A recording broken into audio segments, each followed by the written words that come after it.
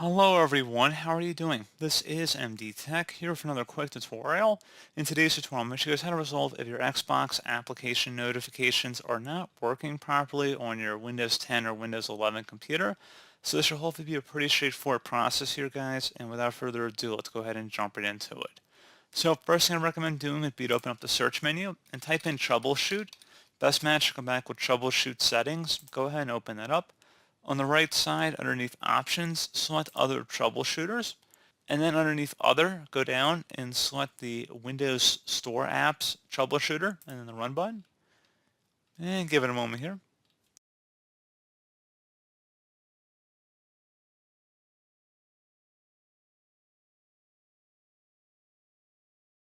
And then I'd recommend following along with any of the on-screen prompts here, and then hopefully I should have been able to resolve the problem.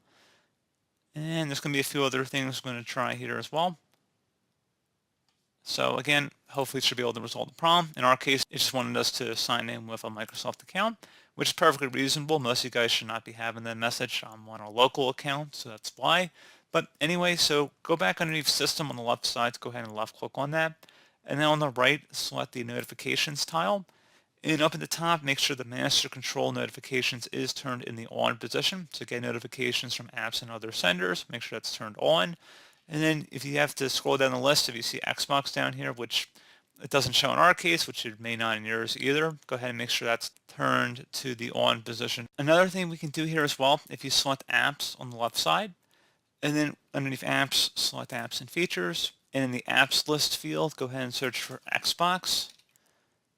You want to select the Xbox application, select the three-dotted icon, and then advanced options.